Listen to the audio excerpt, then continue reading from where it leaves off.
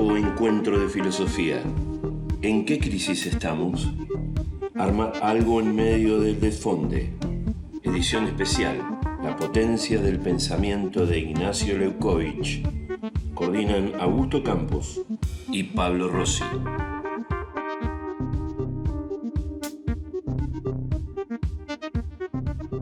Íbamos a pasar por Racing inevitablemente. Yo estuve en esos recitales, Ale. Pero Inolvidable. eras un niño con el recital de Racing. Tenía No. 16. Claro, claro. ¿Viste? Mira, ese día, primero que había cualquier cantidad de policía por todos lados, parados uno pegado al lado del otro, y en el momento de la desconcentración había ido otra amiga de mi hija y dos muchachos que no conocíamos. Uno, el chico que finalmente hizo la nota de la revista por nosotras. Y uno de los muchachos prácticamente se desmayaba. En el momento ese nos desconcentramos y yo quedé con este chico que apenas se lo conocía. Entonces era increíble porque yo le dije, no pienses, solamente haz lo que yo te digo. Y lo tuve que sacar solamente a punta de ir diciéndole la energía del piso se te devuelve, pisa con fuerza y qué sé yo. Lo arrastré caminando todo, porque si te acordás, Ale, como estaba bloqueado todo, Sí. salíamos de Racing y había un sector al que lo habían dejado salir por el otro lado, pero a nosotros nos mandaron todo, si no me equivoco, que era por Colón, pasamos el Normal y después recién en Mariano Costa nos dejaron salir a Mitre. O sea, pero no tenías opción de hacer otro camino, o sea, ibas por ahí. Y a este pibe recién le pude hacer tomar agua cuando llegamos a la esquina del sindicato, Anaí en un kiosco que había ahí en Mitre al 1300. Fue increíble. Y tuvimos que caminar hasta Sarandí para tomar un colectivo, porque no paraba nadie paraba, peor que en un día de fútbol. Mirá. Sí, sí. Bueno, pero ahí, perdón, ahí había, ya había, el rock tenía su dimensión, ¿no? Yo me acuerdo un poco antes, donde había una cosa totalmente experimental. eh, bueno, qué sé yo, recuerdo la cofradía de la flor solar, la cofradía de la flor solar, De eso no me color, acuerdo. color humano, es Sí. decir, cuando el rock nacía en una efervescencia bien política, ¿no? Porque me parece que eso también es importante, ¿no? El tema de la, de la experimentación rupturista del rock como experiencia vivencial, ¿no? Después, ¿De bueno, qué se año, fue. de qué año ¿Cómo? sería eso? ¿De qué año sería eso? Porque yo me acuerdo, por ejemplo, del principio de Los Gatos, que Alfredo Tote era el bajista, vivía en la otra cuadra de mi casa, el sastre, que era conocido Sí, nuestro, con las hijas le hacía la ropa, no sé, sí, me acuerdo de... cada vez se fue el Claro, nacimiento del nacimiento, un poquito más adelante, pero por ahí sí, bueno, la emergencia de todo esto, en y, los y era alumno, acontecimientos. y era alumno del Normal de Avellaneda, además, o sea, la cosa era muy del barrio, muy, muy Claro. del barrio. Y era efectos acontecimentales, eran acontecimientos que se hacían donde el que iba a rock no iba a ningún otro lado, era una cosa totalmente escindida ¿no? Era una cosa muy especial en aquella época, ¿no? Después, bueno, se fue acomodando, se fue haciendo más, ¿no? Pero bueno, Encontrando En mi sus caso, en mi caso yo era muy ecléctica, podía ir a folclore, podía ir a ver una orquesta sinfónica, tango, pero el rock tenía la esencia de ser la expresión de los que estábamos en esa edad. O y sea, de en la ruptura, me parece que la expresión de ruptura adolescencia. de lo nuevo, me parece que es lo que marcó un poco musicalmente y de vida, ¿no? Pero todo, no fue solamente el rock, porque paralelamente a eso estaba, me acuerdo, se llamaba Tweety, la modelo de Gran Bretaña, que sacó el tema de las minifaldas, empezó a ver minifaldas por todos lados. Yo me acuerdo que las señoras muy mayones se vestían todas de negro y los hombres iban todos de traje, suponete, a cualquier lado. Y ahí empezó a romper eso, que usáramos minifalda, que las mujeres se pusieran más color, eh, y la moda courrèges, por ejemplo, es toda de Claro, esa pero, época. claro, sí, sí, seguro. Pero es más Bueno, comercial, Puntas, digamos, perdón, más masivo. voy a tener que interrumpir esta charla. Así ya vamos dando comienzo a, No sé cuántos a la estamos. conversa de hoy. Ya estamos más o menos en horita, siempre ahí hay unos, bueno, aún siempre unos 10 15 minutitos nos Sí, tomamos para sí, sí, por esto, ¿no? supuesto. Porque Para también No, eso, llegar. ¿no? De alguna manera la virtualidad nos permite estas conexiones, no sé, digo, Roberto está en Córdoba, compas de Avellaneda, yo acá en la Patagonia, pero bueno, a veces también nos interrumpía esta conversa que es linda, ¿no? Que vamos compartiendo de lo que... Así que bueno, nada, los redondos, el situacionalismo, Ignacio Leucovich, las rupturas, ¿no? Ya entramos un poco en un mapa en el que vamos a ir abordando. Hola Pablito, ¿cómo estás? Acá Pablito Rossi, Muy bien. compañero de fórmula. Bueno, darles la bienvenida. Sabemos ahí que, bueno, varias personas se sumaron al Zoom de hoy. Yo calculo que algunos conocidos de AUS, como por primera vez. Contarles muy, muy rápidamente que el Foro de Pensamiento Crítico, que es este espacio en el que hoy nos contiene de manera virtual, es un espacio de pensamiento que funciona ya hace poco más de 10 años en la Universidad Técnica Nacional de Avellaneda, un grupo de egresados y egresadas que tomó el pulso de poder habilitar ahí un espacio donde pensar otras cosas, ¿no? Más allá de las cuestiones ingenieriles, poder pensar la filosofía, la historia, la economía, y ahí un poco el foro aparece como un espacio encuentro que se fue abriendo y se hizo también un espacio de participación libre, ¿no? A toda la comunidad y a quienes se quieran sumar, se sientan interpelados por las distintas temáticas que vamos trabajando.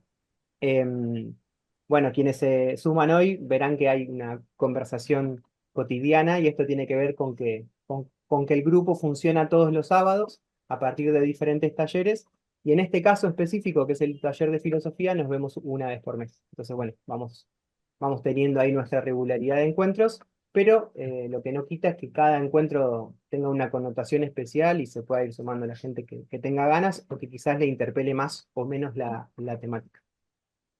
Eh, bueno, la idea de hoy es hacer un poco un recorrido junto con Agustín Valle, que ahora hacemos una presentación más formal, Agus, que nos va a estar acompañando, y vamos a tratar de hacer un recorrido por algunos de los, no sé cómo decir, porque vamos a llamarlo como algunos de los hilos conceptuales que Ignacio Leucovich nos dejó luego de sus investigaciones, de todo el trabajo investigativo que él pudo realizar hasta el año 2004, que falleció, y que tienen que ver un poco con esto de pensar los procesos de subjetivación, la subjetividad, pensar la época, ¿no? Y cuáles son los dramas que atraviesan una época y cómo pensarlas en situación. Bueno, Aus viene siguiendo su pensamiento y ha hecho incluso, bueno, un libro, Jamás tan cerca, que tiene también, retoma categorías de ahí de Ignacio, y nos parecía re interesante conversar con él, en esto de que también Leucovich deja de alguna manera una posibilidad de seguir ese hilo, ¿no? O seguir esa pista de pensamiento para pensar, bueno, qué es lo que está sucediendo hoy con el Estado, el mercado, la subjetividad, estos nuevos movimientos de derecha, si se quiere, que irrumpen, son nuevos, son viejos, ¿no? ¿Qué hay de agotado en las lógicas que hoy componen la trama política y qué hay de nuevo que pueda activarse? Bueno, la idea es un poco hacer ese recorrido. Nosotros lo que siempre hacemos es un primer momento donde, en este caso, el invitado Agus pueda conversar abiertamente e ir desplegando sus ideas, pero hay un pulso de intercambio, así que, digo, todo lo que sea en clave de preguntas, de algunas reflexiones, eh, tratemos de compartirlas, hagámosla circular, vamos a ir junto con Pablo dando un orden a eso. Si hay preguntas específicas, se puede utilizar el chat para ir anotándolas y las vamos recuperando de ahí. Y si hay alguna intervención también que se quiera ir sumando, bienvenida sea. Sí, quizás una cuestión así para acordar entre todos, que puede haber espacio para una primera ronda de intervenciones y que después si hay algo que no se dijo y alguien quiere volver a intervenir, que lo podamos ir haciendo, pero digo que eso, que la palabra quede lo más distribuida posible. Em, el día de hoy es el 8º taller de filosofía y es el último ya de este año. Nosotros hoy, del taller de filosofía del foro, cerramos como el ciclo de este 2024 y un poco como les contábamos, lo que hacemos en el taller o en el foro es muchas veces tomar algún autor, alguna autora, tomar algún libro que nos haga de referencia y que nos habilite las conversaciones.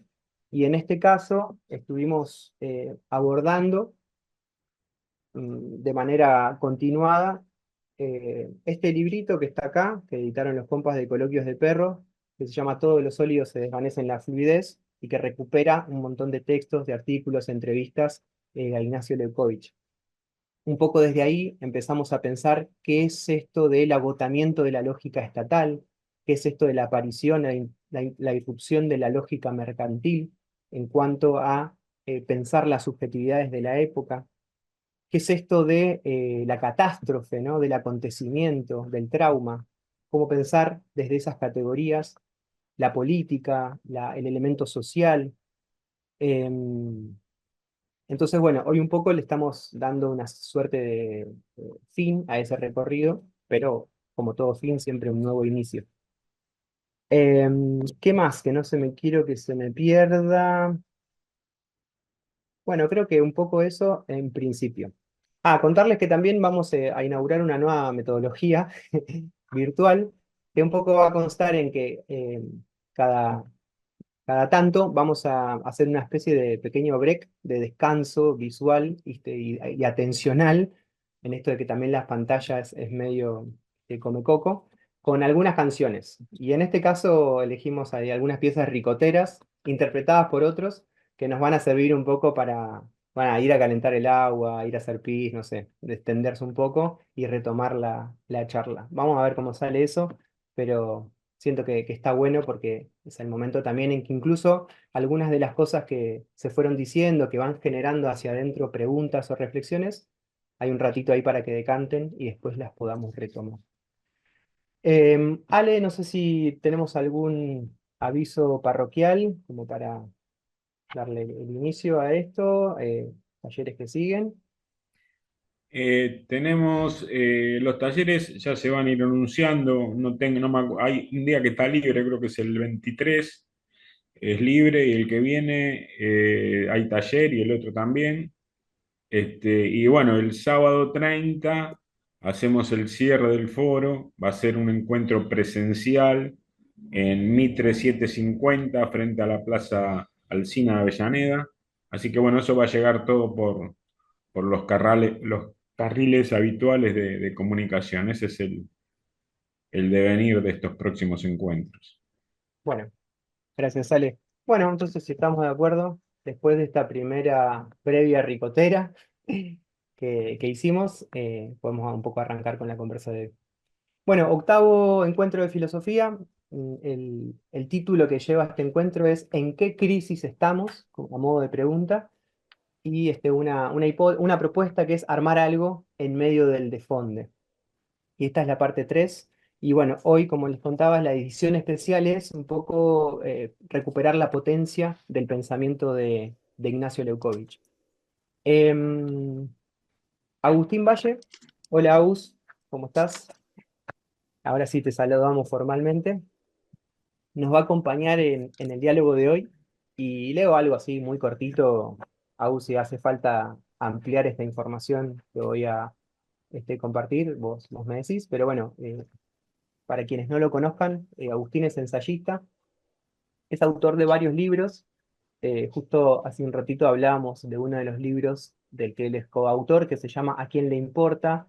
Biografía política de Patricio Rey, un libro que está muy bueno y que tiene su versión física y tiene su versión digital también, que se puede Sí, se puede bajar descargar gratis. en Tinta Eh, Limón gratis o ya- colaborando. o sea, no solo se puede bajar gratis, sino que se puede bajar gratis de forma legal y desde la propia web de la Ahí editorial, va, a diferencia de ahí la va, mayoría de los libros que se descargan gratis de forma este, claro. Se sotoboche. puede, se puede descargar gratis y legal, creo que en Tinta Limón, ahí en la Sí, página de la editorial. Súper interesante, la verdad, para quienes quieran ahí adentrar un poco al tema. hay un análisis de contexto, por lo que yo recuerdo de las letras, ¿no? Un poco también que aparece en la filosofía ricotera, vamos a llamarlo, lo podemos llamar así, de alguna manera. El libro de los redondos investiga por qué los redondos son los redondos, tomando los redondos como una anomalía, ¿no? Claro. Bajo el señalamiento inicial de que para todos los que los han conocido, tanto ricoteros como no ricoteros, es obvio que los redondos son algo especial, sin saber exactamente determinar qué y por qué. Sí. Y nosotros pensamos que, bueno, que esa singularidad además fue un espacio acontecimental en la época y que le brindó a la época cosas que la época no tenía y que no se puede entender los últimos 40, 50 años de historia argentina soslayando los efectos que tuvo el espacio de subjetivación ricotera. Más puntualmente que la revuelta del 2001 no se puede entender sin incluir a los redondos como uno de los espacios centrales de creación de saberes, de códigos, de lenguajes y de cuerpos capaces de liberarse del miedo que la dictadura dejó en la sociedad, ganar la calle, bueno, toda una serie de desarrollo, ¿no? Y sí nos metemos también con un análisis disco a disco de la historia de la banda, leyendo las letras, siempre en relación con la historia argentina. En esa idea. Bueno, nada, a mí me parece un librazo cuando di con él y súper recomendable. Y después también escribiste Cachorro, breve tratado de filosofía paterna. Calculo que agenciado un poco en tu experiencia de paternar. Ese no lo leí, pero bueno, ese, ahí me lo debo todavía. Y bueno, y por el otro lado, un libro tuyo que incluso leímos aquí en el foro, que es Jamás tan cerca, el mundo que armamos a través de las pantallas, subtítulo, creo. La humanidad que armamos con las La humanidad que pantallas. armamos a través de las pantallas. Y que también, la verdad que, de hecho, este año tomamos algunos de los capítulos. Bueno, ahí un poco Agus también, quizás recuperando algunas hipótesis de Ignacio Leukovich, fundamentalmente su propuesta de cómo pensar la subjetividad, es un poco que se lanza a pensar desde ahí esta idea de la subjetividad mediática, ¿no? Esta subjetividad conectiva, si se quiere, propia de esta época de un capitalismo financiero, conectivo. Y bueno, y un poco también cómo eso inaugura no solamente formas de vincularnos con los dispositivos, sino propiamente disposiciones, ¿no? Subjetivas, modos de vincularnos con el otro, de pensar, de establecer ideas políticas, ¿no? Entonces, la verdad que también, jamás tan cerca, siento que incluso tiene esa categoría de libro siempre abierto, ¿no? Porque como que son temas que se están pensando en situación, no es que es una cosa, una historiográfica en el sentido de analizar una cosa que ya sucedió, sino que siento que es un libro que permite todo el tiempo estar reactualizándolo, porque todo el tiempo estamos viendo cómo se van inaugurando gestos nuevos. Bueno, de hecho, creo que hay varios artículos tuyos posteriores al libro que vuelven a recuperar la hipótesis y cómo se va profundizando, ¿no? Y cómo aparecen también novedades en cuanto a esta subjetividad mediática. Bueno, ahí creo que los últimos artículos de la salida son los fierros, ¿no? En esta idea del gimnasio y también la subjetividad mediática. Eh, y no sé si me equivoco, pero también estuviste laburando un poco cuestiones vinculadas a lo escolar, ¿no? A la cuestión de la atención de lo escolar, así que Sí. ahí que quizás también les puedes contar algo de esos hilos que venís tejiendo con respecto a eso. Y bueno, coordina talleres de escritura, creo que este año estuviste también todo el año con un taller de escritura y otros diversos espacios culturales e ideas que suceden ahí en vivo. Y sos docente también de grado y posgrado, de Flaxo, de la UNPAS y de la Universidad eh, De la UNAUR de Burlingame. acá, Universidad de Urlingan, ahí estamos. Bueno, nada, un poco ahí el recorrido de AUS que nos va a acompañar hoy. Y quizás AUS sí, ahora ya, un poco para meternos en tema, igual vos podés ampliar esto que yo digo, de vos.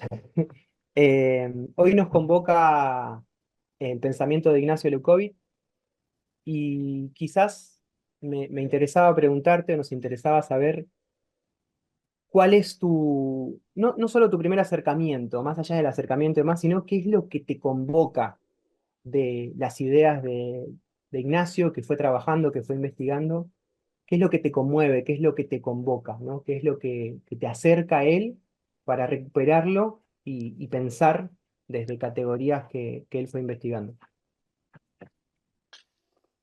Bueno, buen día para todas y todos. Hola Juan, querido. Un saludo especial para allá. A Rocío también la vi por ahí. Ahora no sé si está. Rocío, buen día. Gracias por la invitación, Augusto, Alejandro. Realmente, nada, un placer encontrarse a conversar. Una práctica ya no instituida. Ahí está, hola Ro. Ya no instituida, encontrarse a conversar, ¿no? Ya se puede pasar por la vida sin conversar. No es lo mismo conversar que hablarle al éter, ¿no? Que expresarse, que decir, ¿no? No es lo mismo conversar que hablarle a alguien, ¿no?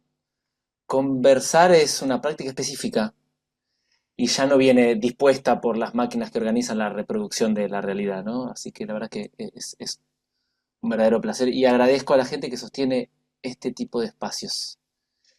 Ignacio, me acuerdo que decía en relación al 2001, el movimiento de pensamiento, ¿no? Colectivo procede vía malos entendidos, vía confusión, vía quilombo, digamos, ¿no? Y a la vez vía encuentros, ¿no? Vía encuentros con una multitud de centros, multitud de núcleos, dice, y con una forma de red a donde ningún centro configura todo, ¿no? Como era la lógica del partido, de la institución disciplinaria, ¿no? Donde hay un centro, el eje, que es el que tiene la manija de la totalidad de la estructura. Dice, en el movimiento colectivo de pensamiento ningún centro configura todo y todos los centros configuran algo, ¿no? Entonces necesitamos un montón de ahí también decíamos en la idea de cuando trabajábamos sobre los redondos, que el círculo es la forma perfecta, ¿no? Necesitamos un montón de círculos de conversación para el movimiento de pensamiento colectivo. En relación a esta pregunta que me hacías, perdón, yo a Augusto le digo Tuti, ¿está Está muy bien? bien. Ahí está muy bien. Primero quiero preguntarles a los que están si tienen idea quién eran Ignacio Lukovic, si tienen alguna idea más o menos básica, una coordenada, o hay gente que no tiene, que no sabe naranja y repongo datos básicos. ¿No? ¿Sí? ¿No? Sí, ¿Silencio? lo hemos venido trabajando y Lo han venido Augusto contó un trabajando. poco la biografía.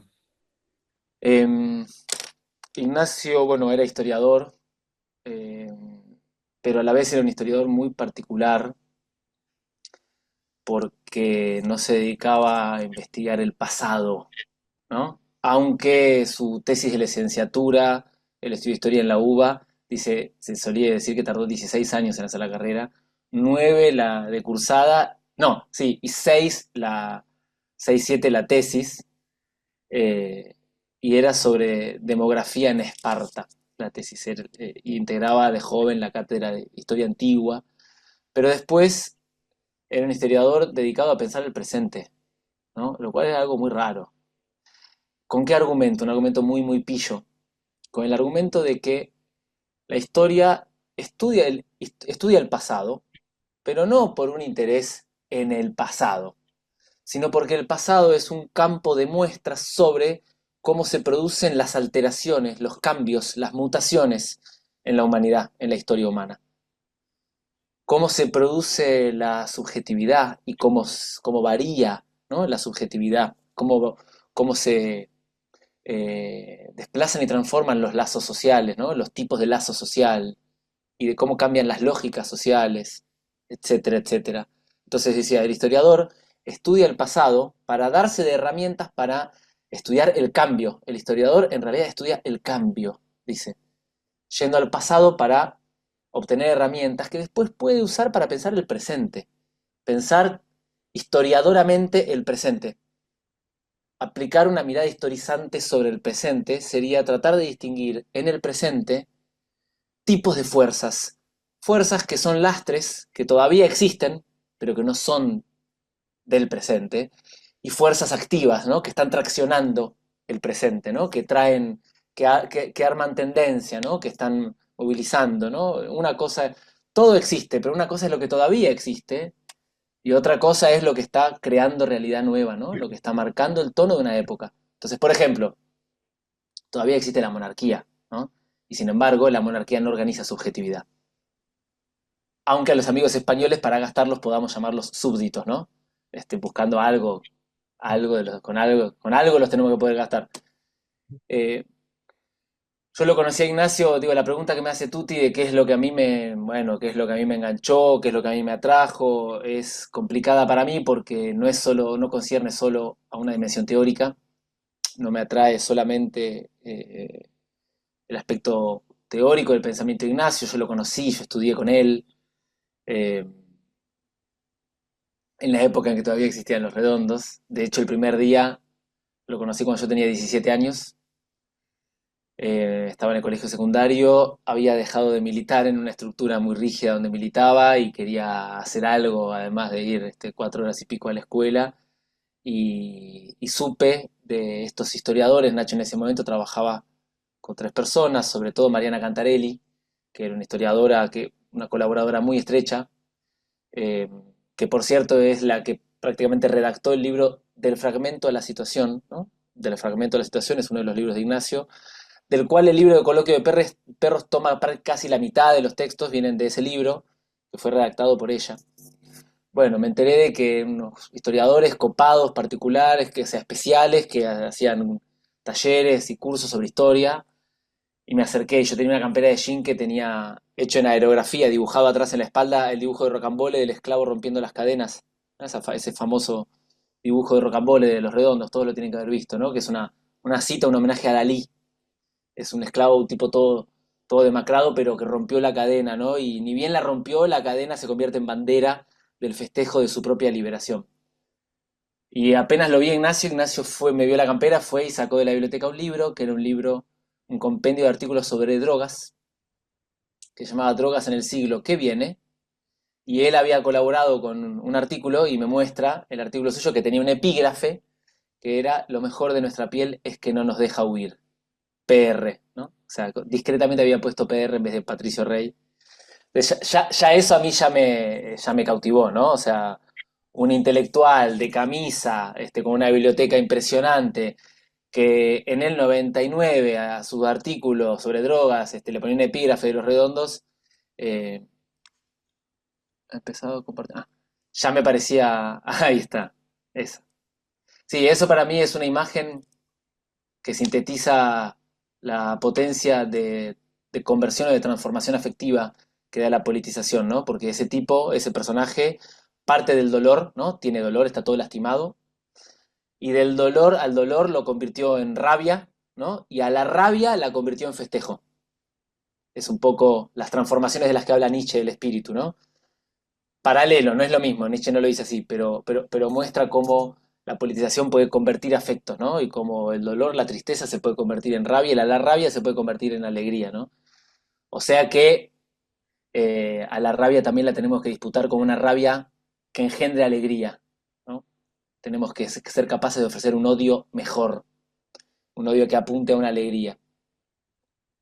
Bueno, entonces me sedujo de Ignacio su ricoterismo, su altísimo y sofisticadísimo conocimiento del marxismo, un conocimiento muy crítico del marxismo. Era un tipo que tenía así de la biblioteca, más o menos, estoy haciendo como unos 40 centímetros de cuaderno de papel araña, todo con sus notas sobre el Capital, ¿no? O sea, cuaderno, insisto, 40 centímetros de cuadernos escritos por él, de sus notas de lectura del Capital, ¿no?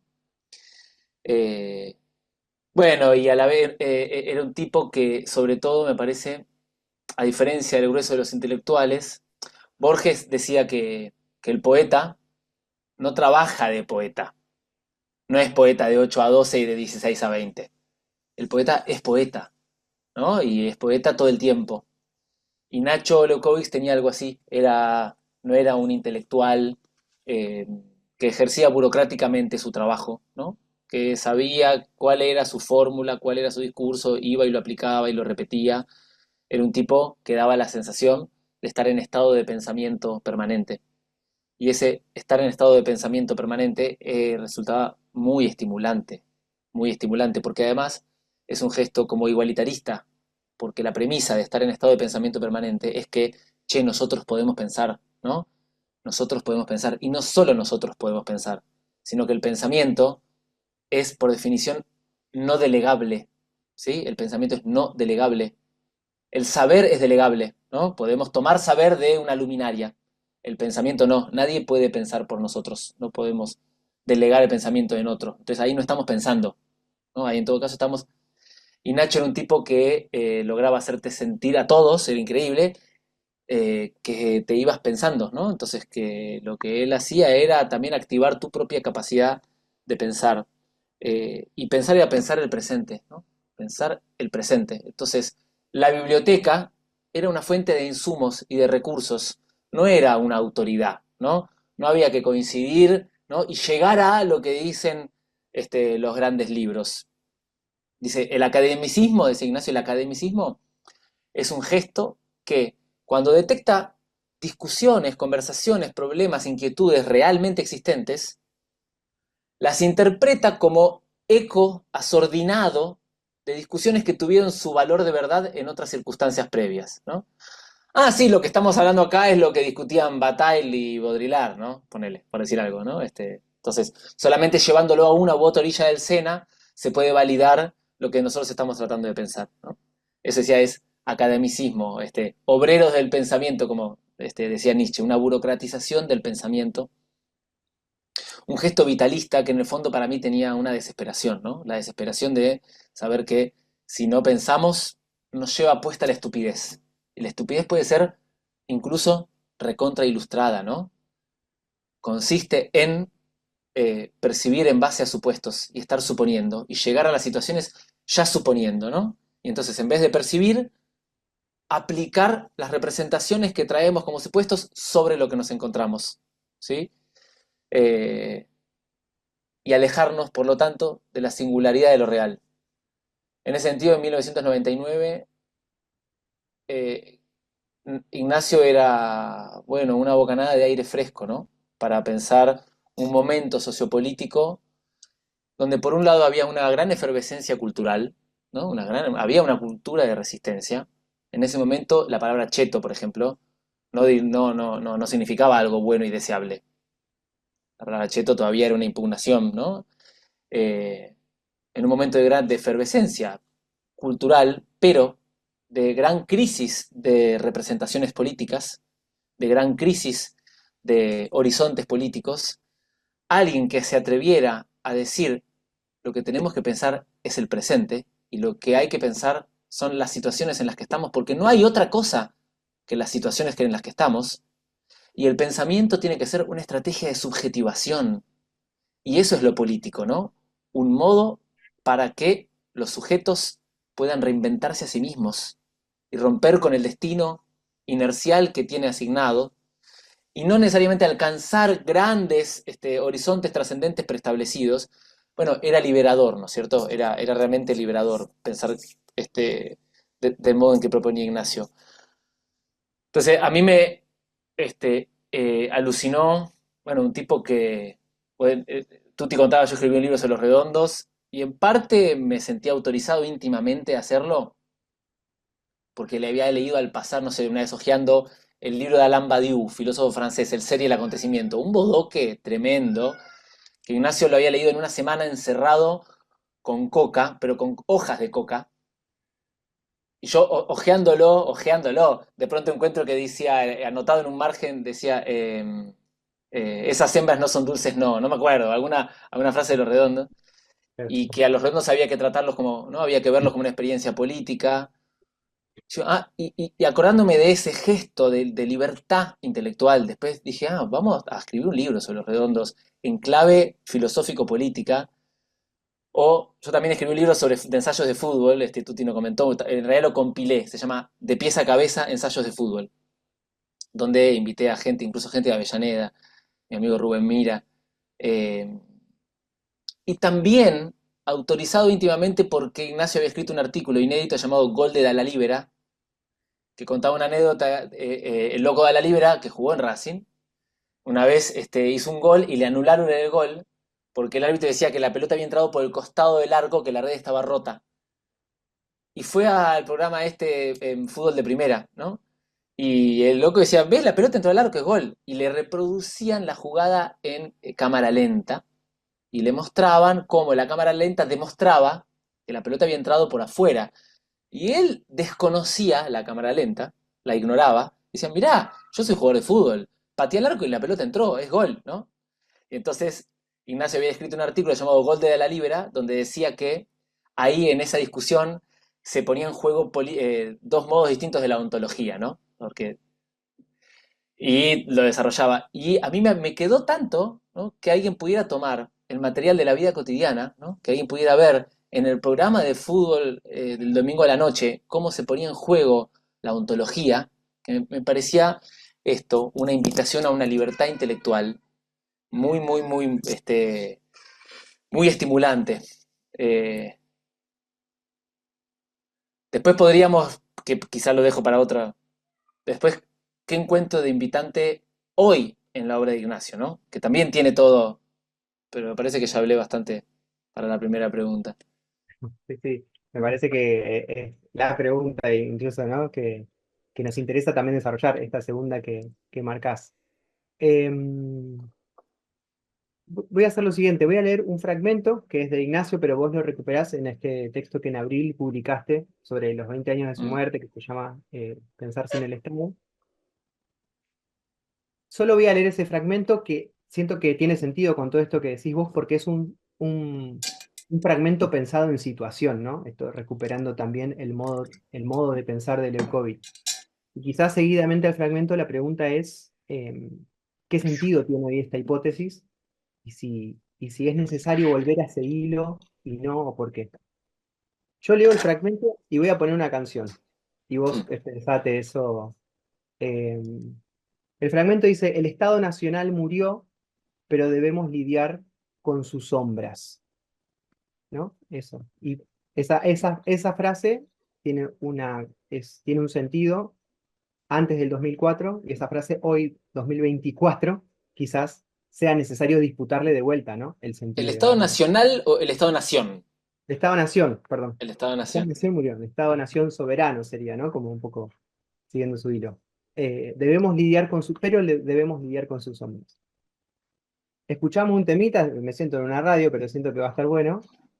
Y en esto que traías vos bueno, de hacernos cargo también de un pensamiento, ahora tiro yo, porque me toca, ¿no? Me decía un poco el indio. Vamos a escuchar un poquito. Si hay preguntas, cuestiones ahí que vayan surgiendo, anotemos la chat, pensémosla, así cuando volvemos de la canción seguimos. Acá es una reversión.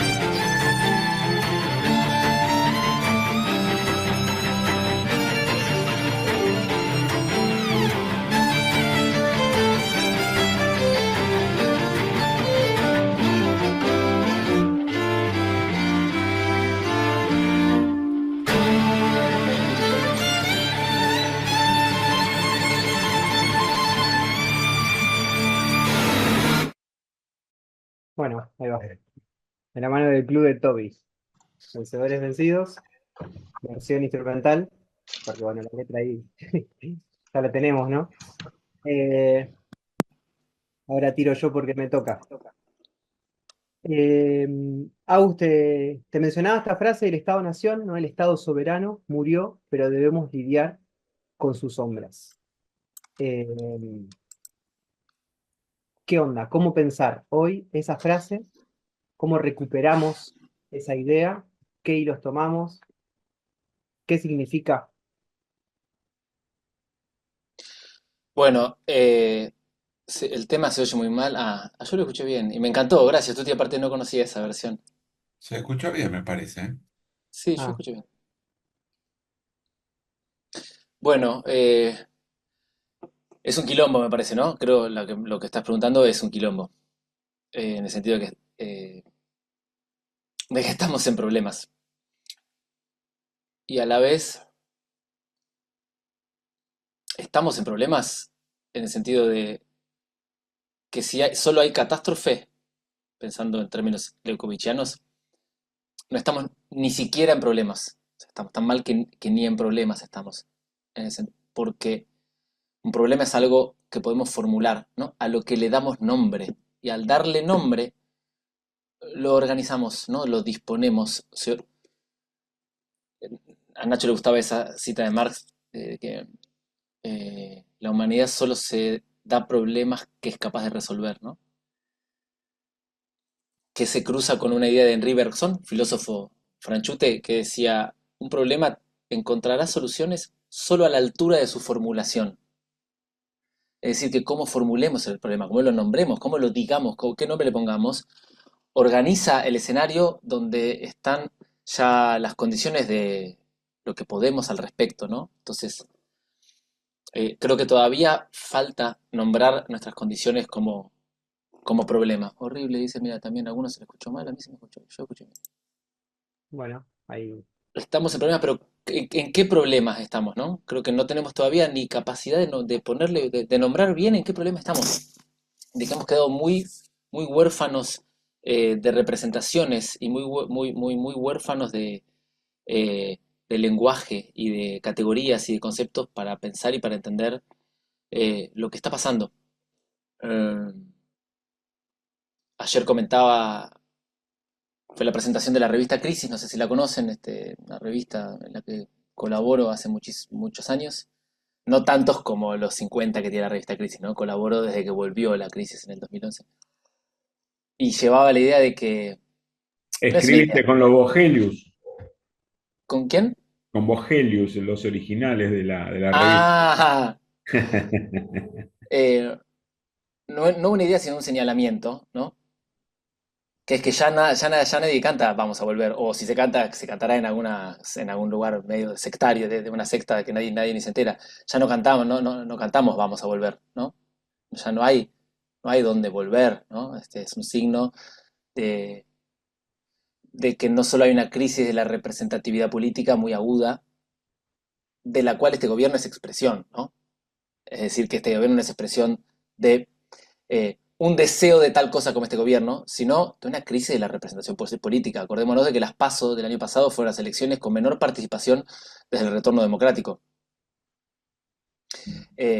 Sino que además también hay una crisis muy zarpada de las identidades políticas, ¿no? Y de los lenguajes de la política. A mí me parece que un balance crítico de lo que pasó en los últimos años, ¿no? De cosas que incluso festejamos, apoyamos y nos pusieron contentos sobre los últimos 20 años, es imprescindible, ¿no? Eh, Ignacio decía, el Estado-Nación murió, ¿qué significa? Yo por eso también hacía ese gesto ñoño de corregir que no era el Estado Nacional, sino el Estado-Nación, porque no es lo mismo, ¿no? Estado-Nación es Estado-Nación, es una categoría, es una palabra compuesta por dos palabras. Estado-Nación. De hecho, Nacho decía, sabemos lo que es el Estado, sabemos lo que es la nación, ¿no? La clave está en ese guión, ¿no? En ese guión que forma una categoría que se compone de ambos polos, ¿no? Estado-nación, ¿qué es eso? Bueno, es un quilombo, es un problema, pero es un modo de la estatalidad, digamos, ¿no? No es el Estado, ¿no? El Estado-nación es otra cosa, es cuando una forma que supo tener el Estado en las sociedades burguesas modernas, liberales, a donde la vida consistía en una serie de transcursos institucionales, ¿no? Esto es un poco Michel Foucault, ¿no? Que consiste la vida en la sociedad burguesa disciplinaria en atravesar instituciones de encierro, decía Foucault. Y se atraviesan esas instituciones de encierro todas del mismo modo, es decir, con el mismo bagaje de operaciones, es decir, con los mismos saberes, con los mismos, básicamente, con silencio, con obediencia, con prolijidad, con homogeneidad, con rutina, con repetición, con memoria, con etcétera, etcétera, etcétera. Las operaciones que eran obligatorias para sobrevivir a la institución disciplinaria, a la familia, a donde el padre traía, esto es lo que yo tomo en mi libro Cachorro, ¿no? El padre de afuera, el padre que era, ya vas a ver cuando venga tu padre, ¿no? Porque papá no es, viene a casa, vuelve a casa, ¿no? O sea, pero lo doméstico están en los niños y las mujeres, y el padre trae la ley, ¿no? El padre trae la ley y se la inculca en el aparato psíquico al niño, para que luego cuando llega a la escuela ya obedece. Hoy escuchamos a los docentes, las docentes, la crisis, ¿no? Los niños no. El problema está en las familias, el problema está en las familias. Ahora leo, Cecilia. ¿No? Se dice en la escuela, el problema, ya vienen los niños, ¿no? Ya no traen lo que tendrían que traer, digamos, lo que la familia hacía, ¿no? Que era que el padre fuera el representante de la ley, ¿no? Y con esa marca inscripta psíquicamente, entonces después se obedece a la maestra, y entonces después, y se toma distancia, y se ejerce la anatomopolítica de la que habla Foucault, el pelo cortito, el dominio del cuerpo, etcétera. Y así la familia, la escuela, el cuartel, el hospital, la oficina, la fábrica, el cementerio, etc. Pero, decía Ignacio, no solamente un mismo bagaje operacional basta, es suficiente para atravesar esa serie de instituciones, que es el bagaje operacional que constituye la subjetividad disciplinaria. ¿A qué llamaba Ignacio una subjetividad? Vieron que subjetividad es una palabra que se usa muchísimo. Yo tengo mi subjetividad, yo te lo digo desde mi subjetividad, vos la tuya, ¿no? Lukács plantea una forma de entender el concepto muy simple y muy útil, que dice, una subjetividad es el conjunto de operaciones históricamente situado necesario para tolerar una circunstancia histórica determinada, específica, ¿no? Entonces, cada circunstancia histórico-social requiere a los cuerpos, a los sujetos, para habitarla, para sobrevivir, requiere distintas operaciones, ¿no? No es lo mismo ser un bravo soldado de la vieja China a ser un mormón en ¿cómo se llama? Utah en el siglo XVIII, o ser un cruzado en el siglo XII, o ser un gaucho de la frontera entre el naciente Estado y los indios, o ser un trabajador del capitalismo fordista, ser en tiempos modernos Charles Chaplin, o ser un sujeto conectivo como nosotros. Cada circunstancia histórico-social requiere distintas operaciones, ¿no? Para impostar sonrisa, ¿no? Antes la gente no impostaba sonrisa.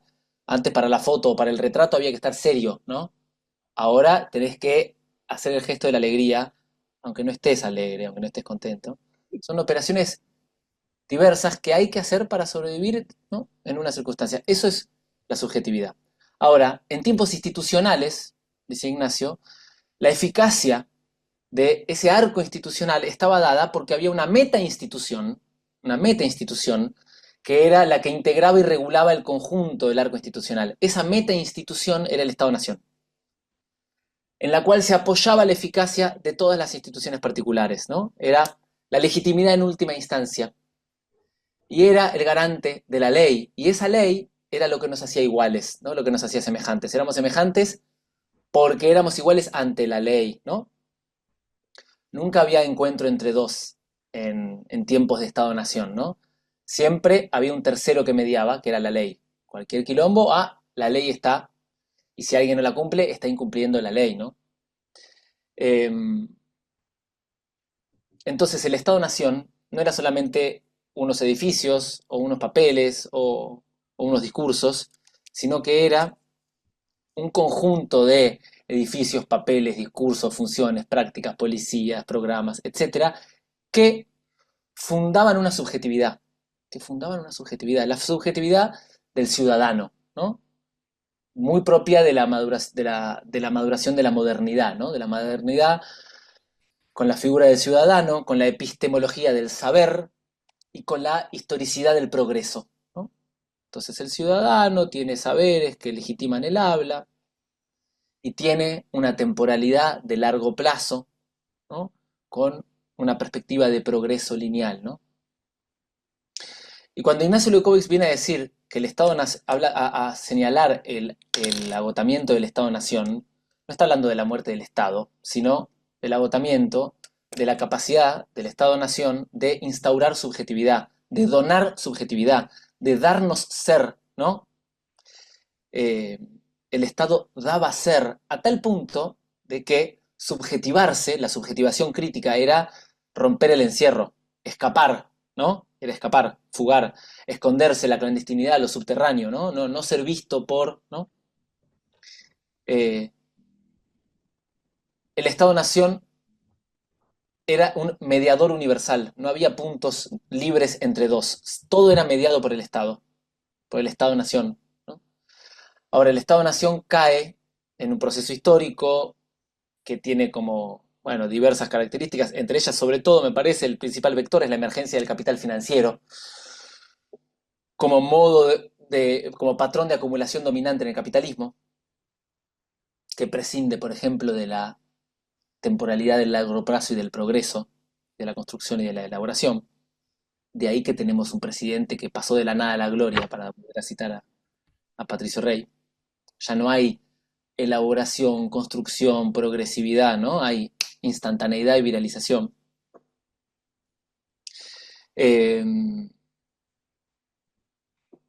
Cae el Estado-Nación como entidad donadora de subjetividad y de sentido en la emergencia regente del mercado. Y el mercado tiene su propio sujeto, que es el consumidor.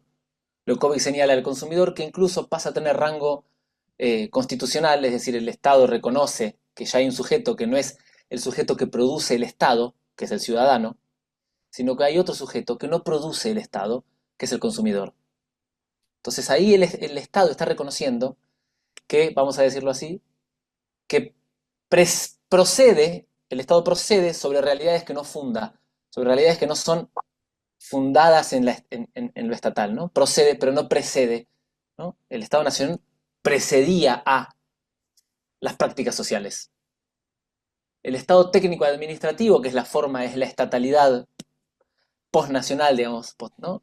Es la estatalidad en la que le queda al Estado postnacional, lo que llamaban el Estado técnico administrativo, reconoce que procede sobre una realidad social, pero no precede a esa realidad, no la funda, no la instaura, ¿no? Entonces, dice Leucovitz, puede tener mucha influencia el Estado, pero influencia no es soberanía, ¿no? Ya no es no dona ser, ¿no? No, el Estado ya no es un donador ontológico. Por Una lo tanto, pregunta.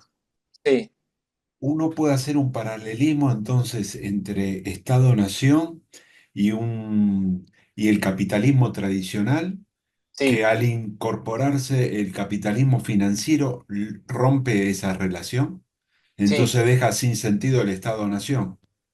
sí. Estamos en un impasse, podríamos decir, a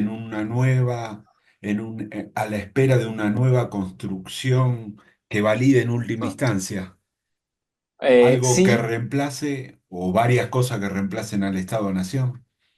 eh, toda la primera parte diría que sí, diría que la emergencia del capital financiero que ejerce otro tipo, digamos, que produce otro tipo de sujetos, ¿no? Vía el mercado produce un sujeto que no es el sujeto de la ciudadanía, y que no requiere de la prescriptividad y la solidez del Estado-Nación, ¿no? El capital financiero requiere la fluidez mercantil. Ahora bien, para la última parte del comentario, Marcelo, de si estamos en un impasse a la espera de qué, creo que Leucovitz diría que es una forma todavía estatal nacional de pensar las nuevas condiciones, ya que en tiempos postestatales ha entrado en crisis el concepto de crisis. Que pensar que una crisis es un impasse entre dos paradigmas sólidos es ejercer el concepto estatal nacional de crisis, donde algo se rompe hasta que emerge una nueva estabilidad.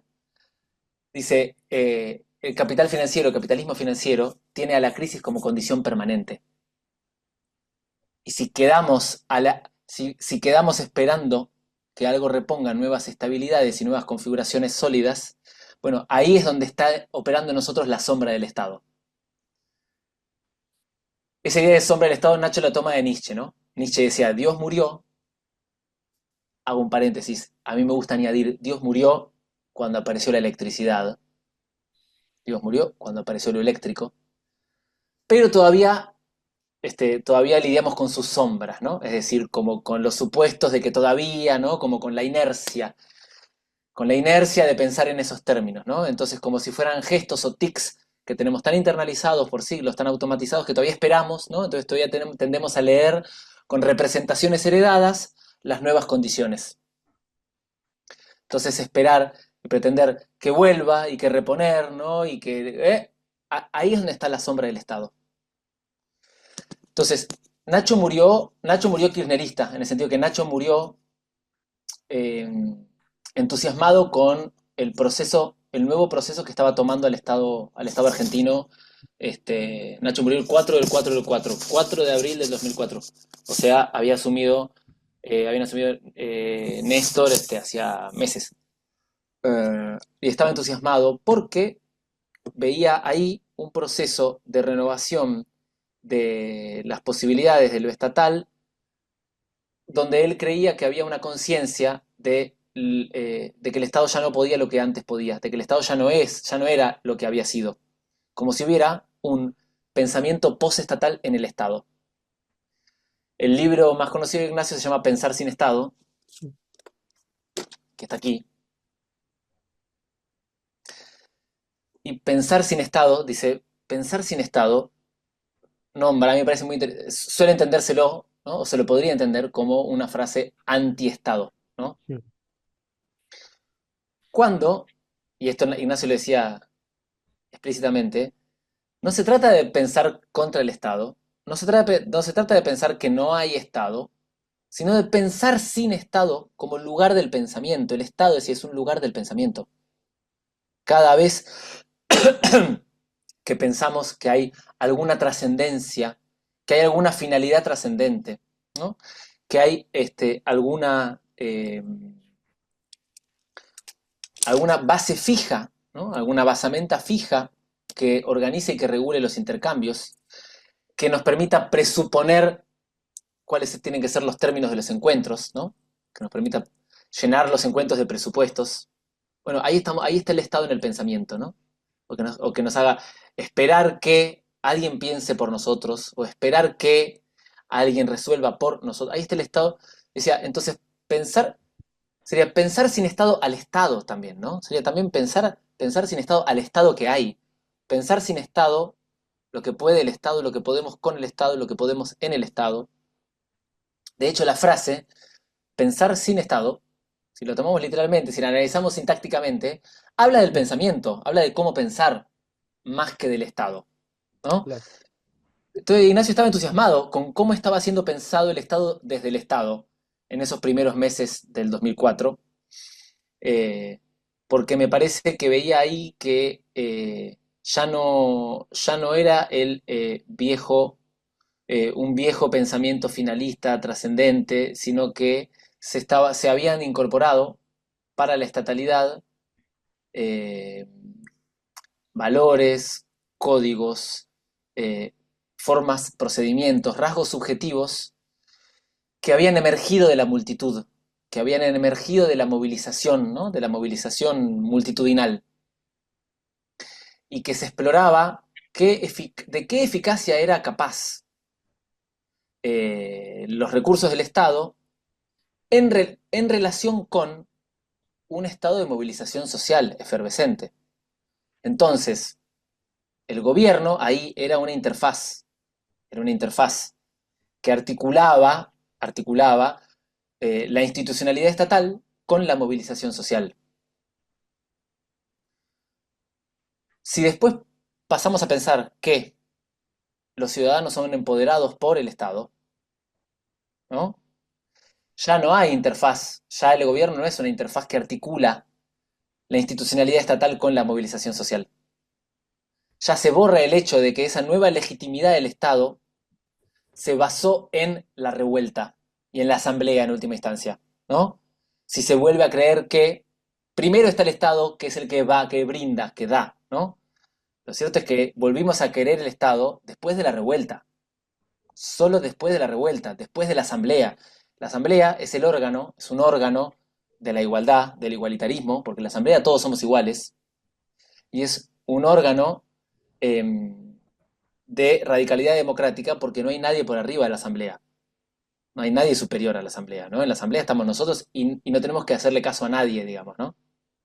No tenemos que obedecer a nadie. Es un órgano de pensamiento entre los iguales que tiene que decidir y tiene que darse tareas que sea capaz de realizar, decía Ignacio, ¿no?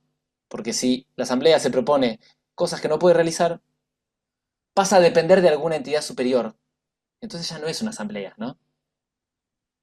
Entonces me parece que la sombra de, si volvemos a pensar con la sombra de el Estado-Nación, por ejemplo, eso se ve que vuelve a esa sombra cuando se borra el hecho de que una nueva legitimidad democratizante desde el Estado se apoya y necesita una movilización social que precede al Estado y que es autónoma respecto del Estado.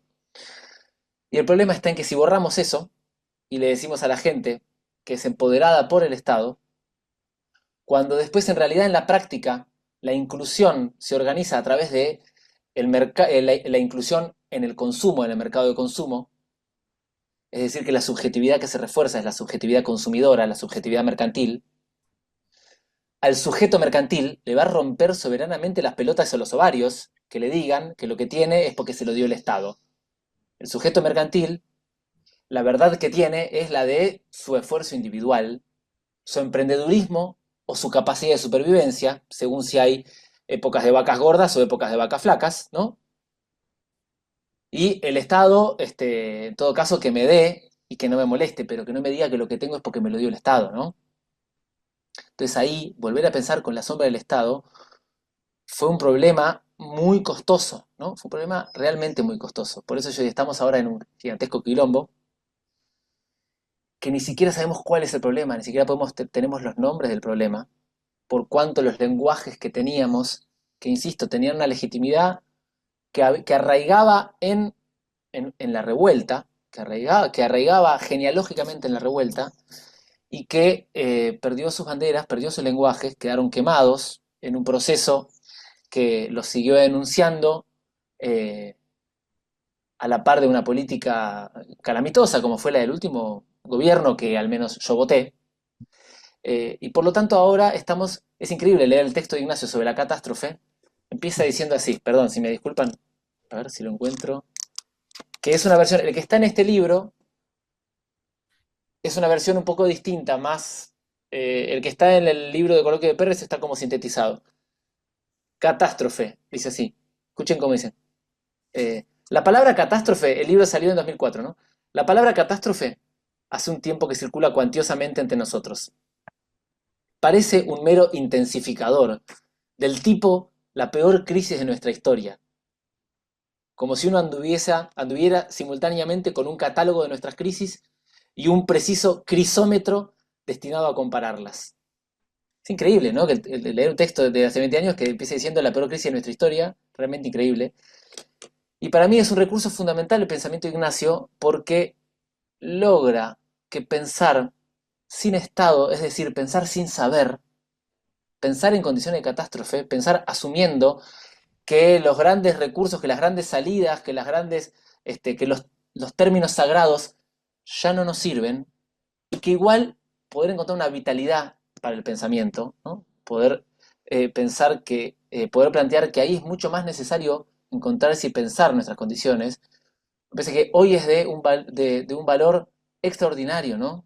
Extraordinario, porque si algo no podemos hoy es limitarnos a hacer fuerza, ¿no? A militar con fuerza ideas preestablecidas, pues las ideas preestablecidas nos llevaron al choque, digamos, ¿no? Chocamos con las ideas preestablecidas. Entonces hay que volver a pensar. Es como Mariana Cantarelli, a quien ya cité antes, cuando se presentó, no este libro, sino otro libro de Ignacio, que era Pedagogía del Aburrido, hacía poco habían muerto Ignacio y Cristina Corea, que era su esposa y compañera también de pensamiento. Mariana decía, lo escucho al amigo diciendo, hay que volver a pensar, hay que volver a pensar, que es casi un sinónimo de pensar sin Estado. ¿Qué es pensar sin Estado? Pensar sin Dios, pensar sin entidades superiores, ¿no? Pensar que tenemos que pensar nosotros, ¿no? Hay que volver a pensar. Sería como un recuperar esa autonomía de pensamiento, ¿no? Eso que vos al principio decías que no se cede y que de alguna manera termina también cediendo y en ese proceso ¿no? Se imposibilita esa posibilidad de pensar autónomamente, ¿no? Em, bueno, vayan anotando preguntitas porque siento que ahí, Agus, abrís un bloque muy interesante, ¿no? Porque es, digo, ¿qué pasa con eso post 2004, ¿no? Incluso con los 12 años del kirchnerismo, incluso con cómo ese proceso también después hace devenir en el 2015 una, una experiencia primera novedosa que es el macrismo, y es, digamos, la cara más visiblemente empresarial, quizás hacia antes, gobiernos anteriores, si bien tenemos figuras que podemos considerar dentro de ese marco empresarial, quizás todas venían más de la política tradicional, ¿no? Macri quizás ya inaugura otra cosa que es, digamos, pegadita a todo el proceso del kirchnerismo. Entonces, creo que estas tensiones que estás nombrando quizás son buenas pistas para pensar qué sucede ahí, ¿no? Macri En y un Scioli, 2015 que, los claro, que dos. deviene neoliberal, si se quiere, en ese sentido. Em, Me gustaría, Agus, porque estamos 12 menos cuarto, como para abrir un bloquecito más con vos que me interesa para profundizar en cuanto a cómo pensar la subjetividad de época, como para que después nos quede esa media horita, de 12 a 12 y media, si les parece a los compas, como de intervención, de preguntas. Pero no quiero dejar escapar un bloque más, que tiene que ver con cómo también a partir de estas investigaciones de Leukovich, que él da cuenta de esta irrupción de esta subjetividad mercantil. Acá recupero una frase que es de tu artículo. Dice, en el capital financiero ya no son las instituciones estatales las que producen la forma del bicho humano, ¿no? Evidentemente aparecen otras instituciones, otras instancias que producen esa subjetividad, pero que hoy podríamos pensar que a esa subjetividad mercantil, que es dominante, si se quiere, en la escena, se le agrega un adjetivo más que es la de conectiva, o que vos llamás mediática, ¿no? Sí. Que tampoco Ignacio llegó a poder ver y pensar en su máximo esplendor, digamos, por una cuestión de época, pero que claramente produce una novedad, si se quiere, a seguir pensando. Eh, entonces, te quiero dejar ahí como con esa pregunta, ¿no? ¿Qué le agrega este adjetivo nuevo de lo conectivo para pensar la época y la subjetividad, los procesos políticos, la irrupción también de nuevos procesos políticos? Hace un rato vos algo esbozaste, ¿no? Con la llegada viral de Milei, pero bueno, me interesa que también eso, ¿no? Como a partir de estos aportes de Ignacio, como vos también fuiste leyendo otras cosas y que propiamente hablan de la novedad. Si les parece, escuchamos un tema más, mientras ahí vas pensando esas ideas, apuntando, salimos con eso y bueno, y después nos queda toda esa media horita, un poco más para charlar alrededor de preguntas. La pantalla y estos no son los redondos, es una época posterior, pero vale para...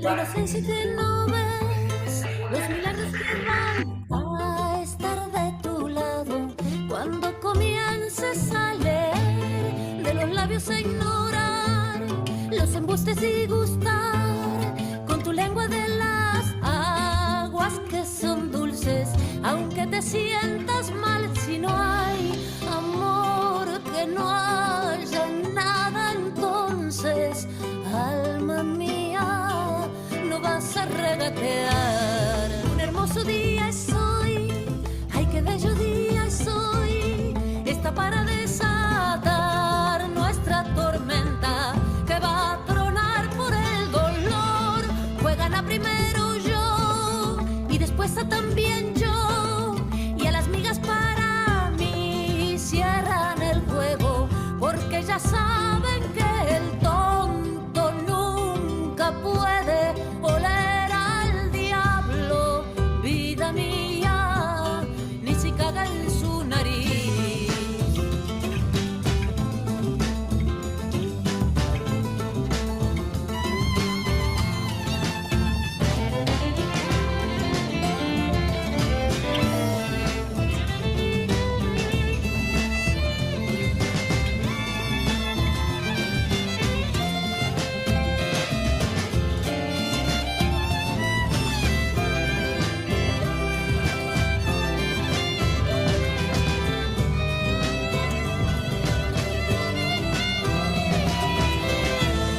Esa mancha que está allí, por allí en el suelo allí, y en tu bella cicatriz parece sangre, y sin embargo sonreís. El tesoro que no ves, la inocencia que no ves, el placer es tan oscuro como el culo de un topo negro, y si no hay amor, que no haya nada, entonces, alma mía, no vas a regatear. Placer que es cruel, le echas el guante a tu pena, allí nomás, el sol cocina adentro. Hoy siempre estás placer que es cruel, flor de labio, con tus dolores, allí nomás, sin vida, con tu sangre en el suelo, que no haya nada, entonces, vida mía.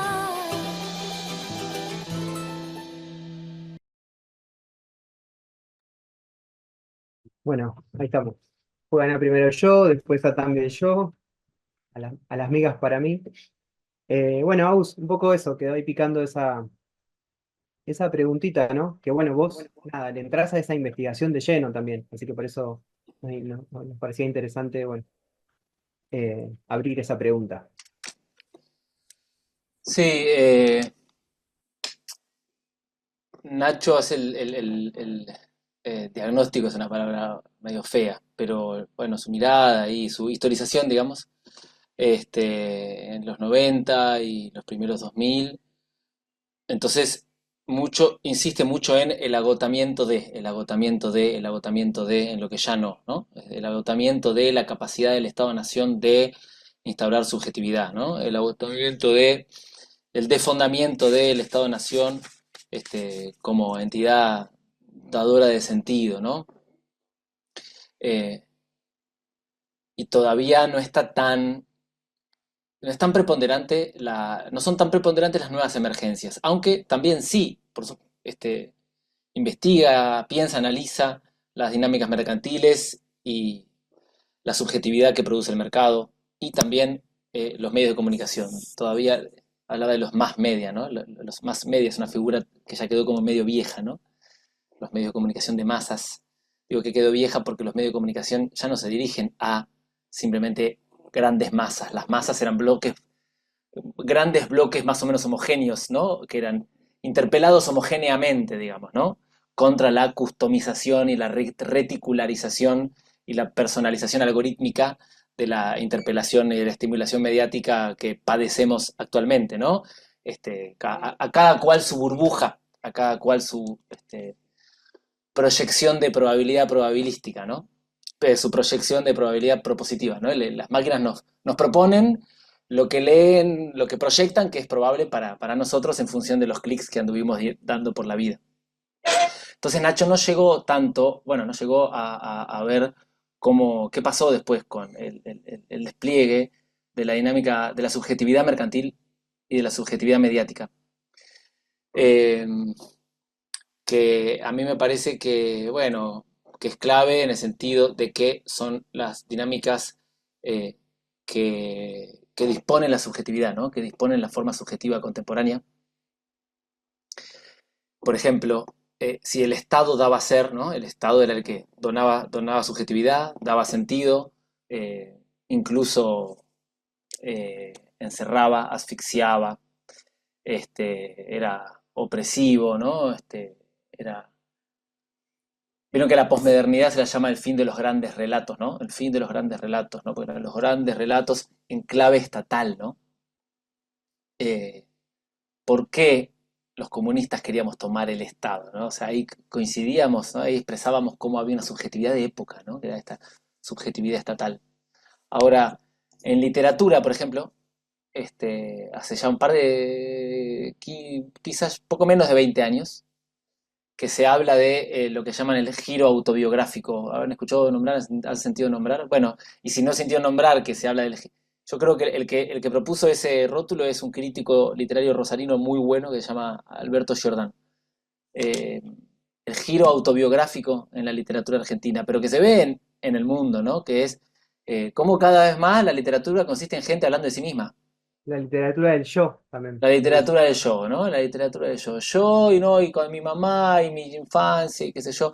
Que está buenísimo, ¿no? Y que digo, no lo digo para criticarlo, pero sí para señalar cómo coincide con el fin de los grandes relatos, ¿no? O sea, con la caída de la meta-institución que producía y que instauraba la subjetividad, que a la vez dominaba a través de espacios de encierro y que te decía quién eras, caída esa operatoria en la emergencia de la operatoria mercantil, a donde existir es consumir y consumir lo suficiente como para devenir imagen, ¿no? Consumir lo suficiente como para ser una imagen que participe de las redes imaginales. Aparece la subjetividad narrándose a sí misma, ¿no? Cuando ya caída la eficacia de los grandes relatos, aparece cada cual contándose a sí mismo, ¿no? Porque el miedo de fondo ya no es la reclusión y el encierro, como en tiempos estatales, ¿no? Como en tiempos estatal nacionales, sino que el miedo de fondo es caerse de la red y caer en la desexistencia, ¿no? La red ya no amenaza con reclusión, amenaza con desexistencia. Si no te actualizás, si no te enganchás, si no te conectás, te caíste y fuiste. Ya no sos, fuiste.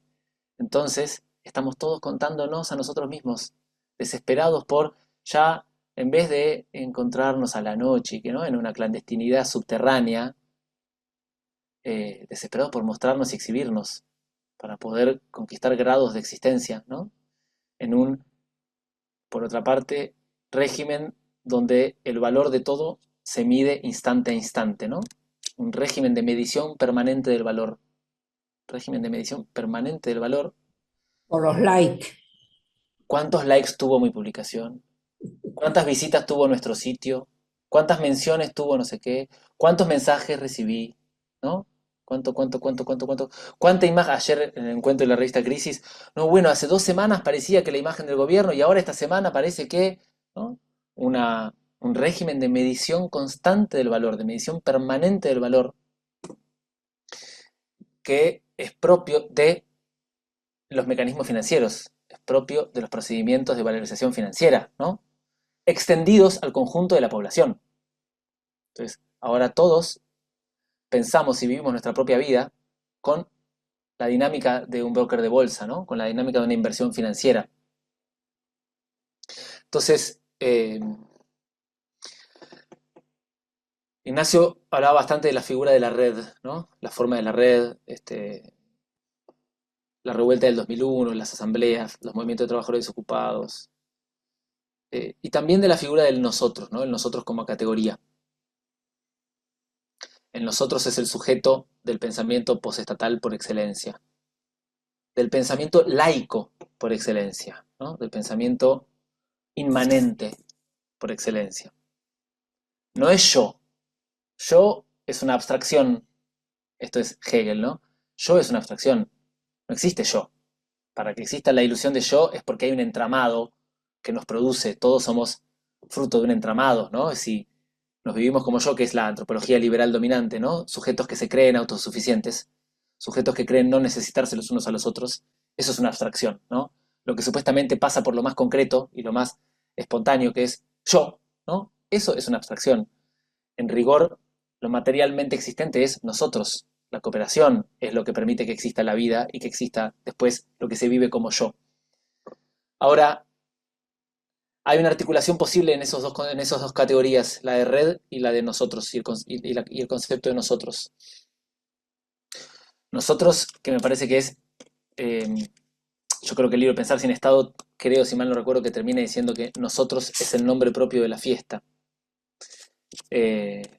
Porque es un reencuentro nosotros, ¿no? Es siempre un reencuentro. Ah, la alegría de reencontrarnos de vuelta a Patricio Rey, ¿no?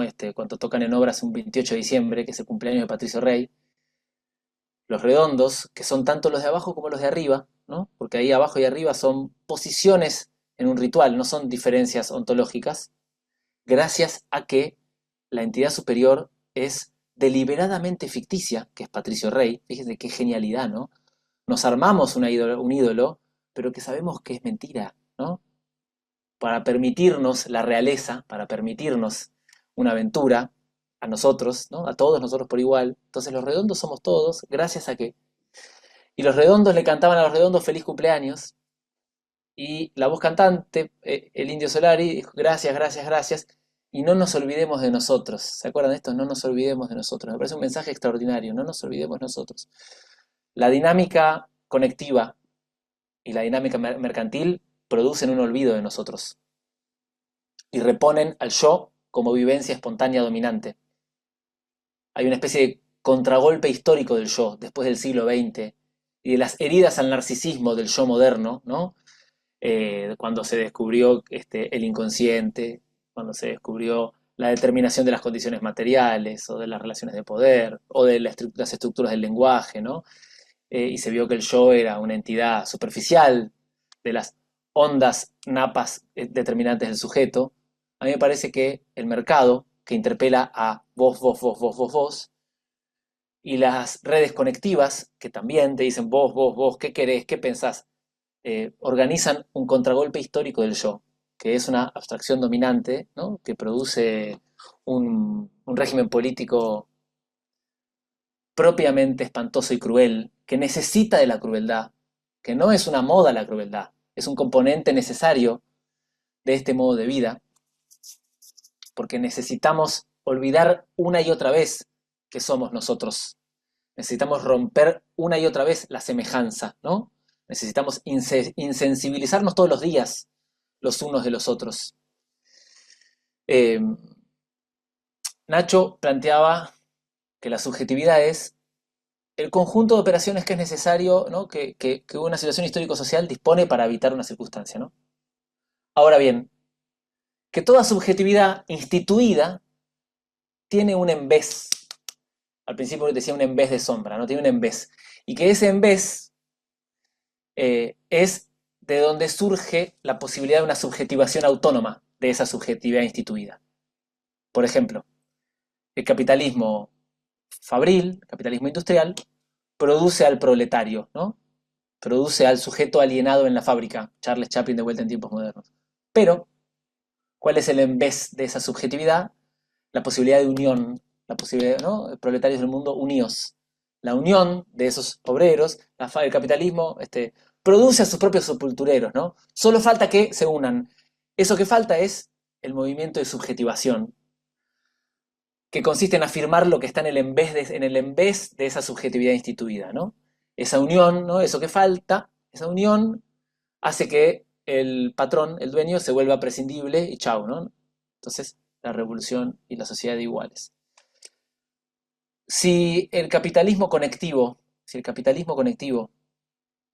lo que produce es una red de individuos, que es lo que se vio quizá con su máximo esplendor en la pandemia, ¿no? Sujetos físicamente aislados e hiperconectados, todos cada cual con, compa, vení a la asamblea, vení que tomamos, no puedo, tengo mi vida, ¿no? O sea, cada cual con su vida, y el tener una vida propia, el tener una propiedad privada, la vida como propiedad privada que hay que gestionar, que hay que administrar, resulta ser quizá el vector de despolitización mayor, ¿no? La idea de la propia vida,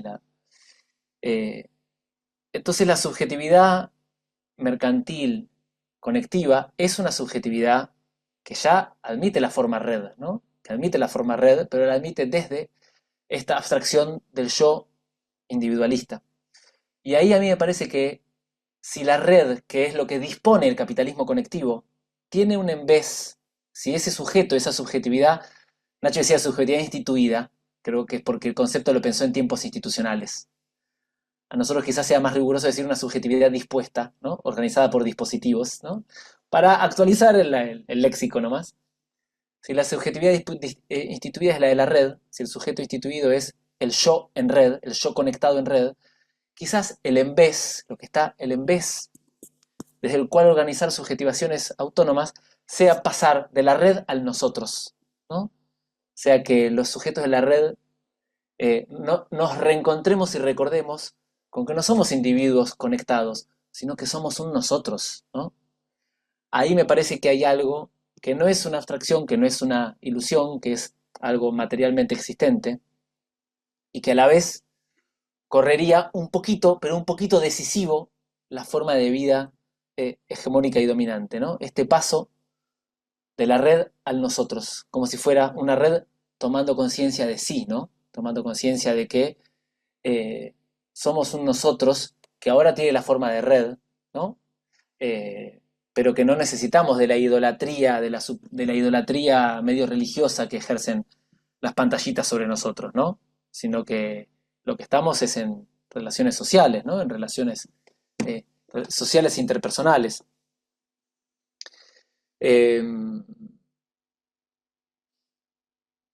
Forzando la cosa, se podría hacer forzando abusivamente, una analogía de pensar sin Estado, ¿no? Bueno, pensar un poco sin la nube, ¿no? Pensar un poco sin la nube. Pero no usar la nube, sino pensar sin la idolatría de la nube, ¿no?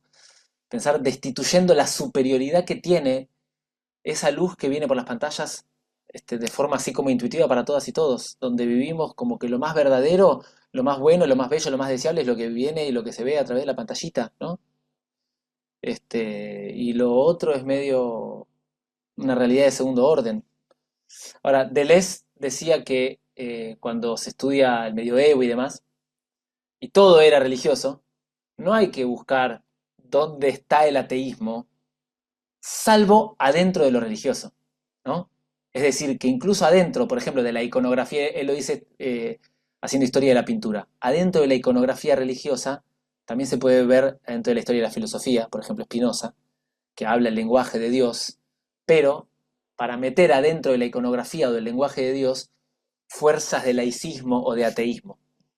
Me parece que dentro de las redes de sujeción de las pantallas también tenemos que poder hacer viajar una anti-idolatría,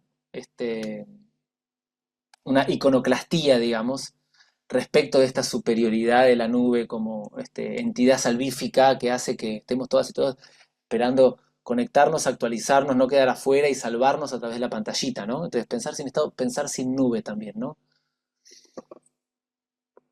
No sé si respondí más o menos, Tuti, la pregunta. Bueno, gracias, Aus. Abrió más Estamos dudas, ahí. me parece. Abrió. Yo creo que más que dudas, siento que nada, va abriendo más líneas, ¿no? De pensamiento y podemos estar hasta las 10 de la noche. Bueno, gracias ahí por este bloque de intervenciones. Siento que eso como que deja mucha riqueza para la conversación, que bueno, es un poco también lo que nos reúne hoy. Yo le doy la palabra a Pablito, que tenía una pregunta para hacerte, una intervención, y después, si quieren, vamos, nada, recuperando eso, ideas, preguntas, si te Hay parece, Agus. varios comentarios en el chat. Hay un montón de comentarios en el chat. Capaz puedo leer eso, Pablito, si te parece, y le das ahí a la... A ver, sí. Bueno, por ejemplo, recupero uno que ya es de hace un rato, de Manuel, que le pareció interesante esto, Agus, de el odio para apuntar a una alegría, ¿no? Que le Sí. recuerda a reflexiones de Rosichner, de León, vamos Sí. a hablar de León Rosichner. particularmente en esta coyuntura, esa frase está buena para seguir pensando, ¿no? Mm. Bueno, después me bardearon el audio, que se suena horrible. No sonaba Este, bien. Es raro porque muchos escuchamos bien. Algunos bien, otros mal. podríamos, No, se acá escuchaba bien. Cecilia dice, podríamos pensar en la necesidad de la asunción de la derrota para poder dejar de poner un impulso en la reconstrucción, un volver que se encuentra con otra contingencia, que permita la construcción de sentidos. Bueno, después cuando vos hablabas, dice, sería un pensamiento creativo, no desde lo instituido. No recuerdo bien que estabas ahí conversando.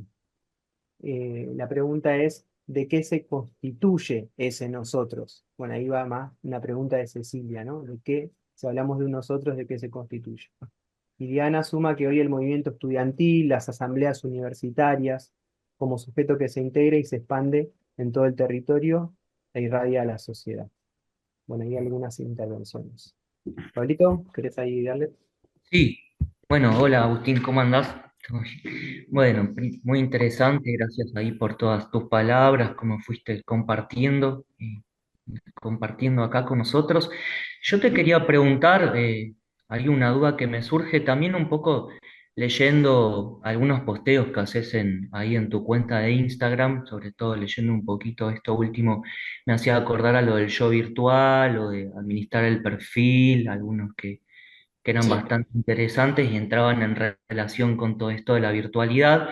Pero había uno en particular que me había interpelado, me había interesado, que tenía que ver con algo así de pegarla sin progresión, Sí. ¿no? En esta cuestión de lo inmediato o de la valorización así inmediata. Y vos ponías de ejemplo a los estudiantes universitarios, un poco también para servir de lo que decía Diana, ahí como uno de los ejemplos. Yo te quería preguntar a ver qué pensás o cómo nos podés ayudar a pensar qué es lo que se pone en juego ahí, ¿no? En esto de pegarla sin progresión, o en esa dificultad para la demora, o en esa dificultad para poder esperar, o esto de querer pegarla rápido, con el éxito inmediato, ligándolo un poco ahí a lo financiero también.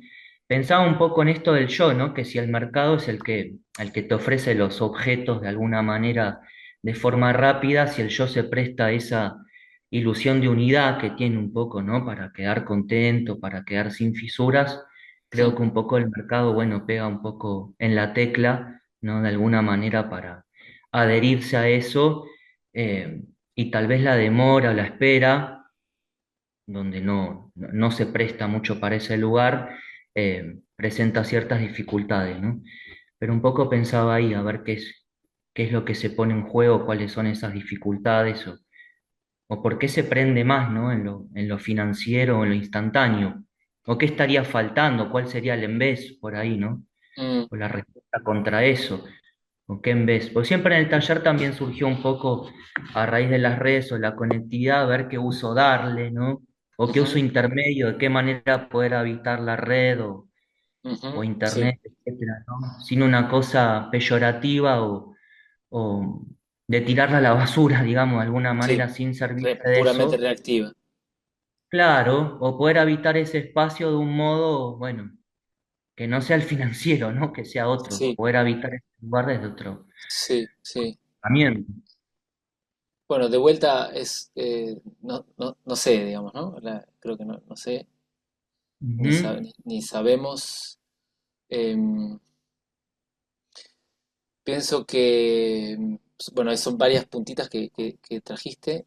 Esta cuestión del pegarla sin progreso, me parece que es signo de algo que suena como muy grandilocuente, ¿no? Pero que es el consabido fin de la modernidad, ¿no? Que nos toca y que posiblemente también todavía tenemos en algún lugar las sombras de la modernidad, o nos criamos con las sombras de la modernidad. ¿En qué sentido el fin de la modernidad? Pero la bandera de Brasil, por ejemplo, ¿no? Orden y progreso, ¿no? Eh, la modernidad por algo se llamó a sí misma modernidad, porque lo que, lo que pensaba, lo que presuponía sobre todo era la forma lineal, esto es Marshall McLuhan, ¿no? La forma lineal como matriz de concepción de la historia misma como un concepto que es lineal, evolutivo, progresivo, acumulativo, coherente y con encima además una finalidad salvífica, ¿no? Con una redención final, ¿no? Em, la idea misma de historia se apoyaba en esa, mm, en esa subjetividad lineal que estaba entrenada en la espera, ¿no? En lo progresivo, lo acumulativo. Eh, También para las vidas personales se pensaba en términos de línea, ¿no? La línea de tu vida, ¿no? Entonces hay algo que también para la literatura, etcétera. Me El parece laburo, que pienso, ¿no? El laburo, el currículum vitae, ¿no? el laburo, ¿no? Incluso, digo, si pensamos en generaciones, no muchas, una o dos generaciones anteriores, acá hay varias generaciones, pero digo, en la década, ni hablar de la década del 30, la década del 40, la década del 50, la década del 60, eh, era común que alguien se definiera por su trabajo, ¿no? Y que su trabajo fuera de organizar un soporte identitario que se esencializara de por vida, ¿no? En ese sentido y en relación al movimiento estudiantil que comentaba, a mí me parece que vos traías también en ese mini textito. Sí, Bueno, creo que hay una pregunta abierta muy interesante ahí, ¿no? Ayer la presentación de la crisis se hizo en la Facultad de Ciencias Sociales de la UBA, acá cerquita de Avellaneda, y se hablaba entonces mucho del movimiento estudiantil. Yo a veces, por ejemplo, cuando se habla de cómo se despertó ese gigante que es el movimiento estudiantil, estoy en desacuerdo, ¿no? Eh, Porque creo que eso es pensar que es el movimiento estudiantil y que estaba dormido y ahora se despertó, y no admitir que no sabemos cuál es este movimiento estudiantil, y cómo es, y qué puede, qué potencias tiene. Y que está bueno no saberlo, ¿no? Y que está mal proyectarle la sombra del Estado y esperar que sea el movimiento estudiantil de los 60, cuando estudiar en la universidad era inequívocamente la vía por excelencia del ascenso social. Y los estudiantes universitarios, por lo tanto, eran poco menos que los porteros del futuro, ¿no? Eran los que claramente traían. Entonces allí, ese sujeto, estudiante universitario, politizado, era uno de los sujetos políticos fundamentales de la sociedad, los trabajadores, los obreros, los campesinos, los estudiantes, y quizá a veces era el vanguardista. Hoy, cuando las imágenes hegemónicas de el crecimiento personal o de que te vaya bien o de los logros o de la conquista ya no son las de la progresión, la carrera, la acumulación, etcétera, sino las de pegarla instantáneamente a través de distintos modos así de virtuales. Bueno, y entonces ya no es la sociedad de mi hijo el doctor. Hay que ver qué puede ese sujeto una vez que se politiza, ¿no? Hay que ver qué potencias tiene. Y esto es una modestia, pero también está bueno que haya que verlo, digo, que sea algo a explorar, a experimentar. Eh, por ejemplo, probablemente no pueda dar vuelta a la sociedad, ¿no? Pero tal vez sí pueda devolverle erotización a la política, devolver imágenes en que politizarse produzca autoestima, produzca orgullo, produzca aventura, produzca deseo, produzca excitación, y que ya no sea una moral obligatoria, sino que el que no fue a la toma se lo perdió, siente que se perdió algo, ¿no? Ay, ¿cómo me lo perdí, ¿no? Entonces que sea más deseable eso que otra cosa. Después, ¿cuál es el embés posible de la subjetividad de la instantaneidad? No, realmente no lo sé, me parece una pregunta muy compleja y muy difícil. Sí me hiciste pensar en un par de episodios. Por ejemplo, cuando fue la manifestación contra el 2x1 que la Corte Suprema le había otorgado al genocida Muiña, ¿se acuerdan? Creo que fue el 2016 o 2017, que en muy poquitos días y sin grandes estructuras sólidas, que sin ningún centro que organizara todo, se gestó de forma muy multitudinal un rechazo que me parece que no hubiera sido posible sin los aparatitos de la instantaneidad, ¿no? Y sin esa forma reticular donde no hay nadie que tenga que sea el dueño del movimiento, ¿no? Y todos, en cambio, y todos participamos. Entonces, ahí creo que hubo un episodio. Me parece que en el movimiento feminista debe haber habido también otros. Ahora no me animaría a hacer teoría en base a eso, o no se me ocurre, o no tengo las herramientas. Y por último, bueno, yo en el libro que citaba Tutti, Jamás tan cerca, la humanidad que armamos con las pantallas, propongo una distinción categorial para pensar el vínculo concreto y práctico con los dispositivos. Sí, pues en eso pensaba, Cecilia, tal cual. Eh, Perdón, decía que ahí propongo una diferencia entre pensar, entre la categoría de la mediación y la mediatización, ¿no? La mediación y la mediatización. La mediatización es lo que se produce cuando algo nos quita, nos quita potencias nuestras y nos las ofrece, pero dependiendo de esa entidad que pasa a tenerlas, ¿no? Por ejemplo, el aparato celular. O una estructura de liderazgo político que nos ofrece potencias una vez que nos dice que ya no son nuestras porque las hemos delegado en la estructura de liderazgo político, ¿no? Entonces tenemos que esperar a ver que, o sea, si realmente lo que tenemos que hacer es estar esperanza en figuras de la representación, eso muestra el alto grado de debilitamiento de la movilización social. No, ahí estamos mediatizados, cuando algo que sirve como medio para cosas nos arrebató nuestra potencia creadora. Entonces, para crear dependemos de ese medio. Ahí estamos mediatizados. En cambio, un medio puede mediar en el sentido de enlazar, unirnos, ¿no? En la sociedad del espectáculo, Debord dice, el espectáculo reúne a lo separado en tanto que separado. Lo reúne, pero lo reúne en tanto que separado, ¿no? Las redes, ¿no? Que comunican, conectan, aíslan, ¿no? Nos reúne en tanto que separados. Entonces, no sé bien cómo, pero sí me parece que, por ejemplo, si estamos organizando algo, estamos en una gesta, estamos en un agenciamiento colectivo y usamos las redes como medio para algo que no tiene su destino en las redes, que no tiene su sentido, ¿no? Limitado al sentido de las redes, al sentido de los likes, al sentido de lo efímero, ¿no? Sino que va armando en nosotros, que va elaborando algo habitable. Bueno, entonces ahí las redes son un medio para algo que no son solamente los artefactos.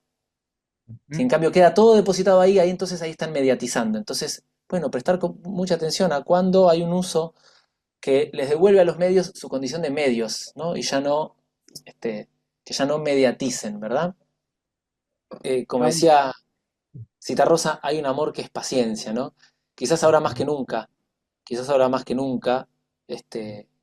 la paciencia pueda darnos una forma de amar, ¿no? Juan Bueno, había levantado la mano. sí, eso iba a decir. Estamos a 12:20, digo, como para no agotarnos y no agotarlo a Agus. Está Juan, está Janina, y después, Agus, si querés recuperar, hay una pregunta de Cecilia en el chat. Y quizás ahí ya con eso cerramos, si les parece. Así, bueno, así también tiene espacio la pregunta y el intercambio. Juan, si querés vos, que habías levantado la mano, y después Janina. Bueno, ¿cómo están? Agus, querido, qué bueno ahí compartir el espacio. Bueno, no es una pregunta muy elaborada. Agus, me conocen en estas formas de hacer a veces preguntas que las voy como elaborando mientras las digo. Son dos cosas. Una, sobre todo a raíz de lo último, me pasa lo mismo que a veces cuando escuchamos o cuando nos juntamos a pensar cosas que tienen que ver con cierto estado calamitoso del presente, queremos como también encontrar rápidamente eso que nos saca, ¿no? Como el en vez de que hablaba Agus. Y me pregunto si no es un poco también la sombra del estado de nosotros, querer decir, bueno, ¿dónde está? ¿Dónde va? Así lo nutrimos, lo incentivamos, en vez de encontrarnos un poco en que lo estamos haciendo, en que lo hicimos, por así decir, en que, era por acá, pero una vez que ya le encontramos la vuelta, por así decir. Se me viene como algo de eso, ¿no? Porque creo que como que caemos un poco en esta de querer pensar muy rápido la salida, no sé, como algo de eso, y no me doy cuenta si es con las categorías, como que dice de Lukács, ¿no? Como de la crisis o las categorías del pasado. Pero bueno, eso es como algo de recién. Cuando Agus recién decías como esta cosa de pensar sin estado, ahora puede llegar a ser pensar sin nube, a mí se me presentó como lo primero como una angustia. No sé, se me vino como la sensación de prefiero pensarme sin estado que pensarme sin nube. Y eso se me vincula, no sé, de alguna forma con las generaciones, que vos recién lo mencionaste como palabra. No sé si tenés alguna idea en torno a eso, a cómo se articulan las subjetividades y las generaciones, que quienes estamos acá quizás cohabitamos, por así decir, también como esta subjetividad estatal, y las personas más jóvenes cada vez menos, por así decir. Digamos, cómo eso te parece que juega en el escenario actual. Creo que Au se desconectó, ¿no? ¿Puede ser? ¿O no? Sí, Ahí no lo volvió, veo. me parece. ¿Volvió? Ay, qué desgracia. Héctor Manieto con ustedes. Ahí estás, No, se Au. me cayó internet y gracias a Dios, mis vecinos, este, Gracias a somos, Dios, ¿viste? somos nosotros, con mis vecinos somos nosotros. Ay, no sé hasta Perdón, dónde llegaste Juan. porque hubo una Llegué hasta pregunta donde ahí. Juan decía, si esto de buscar siempre como eh, digamos, pasar muy rápido del diagnóstico catastrófico a la esperanza o al final feliz, si ahí hay una sombra del Estado en nosotros, hasta ahí llegué a escuchar. Sí, es eso como primera reacción, pero porque fue como bien ligado a lo último que se me vino.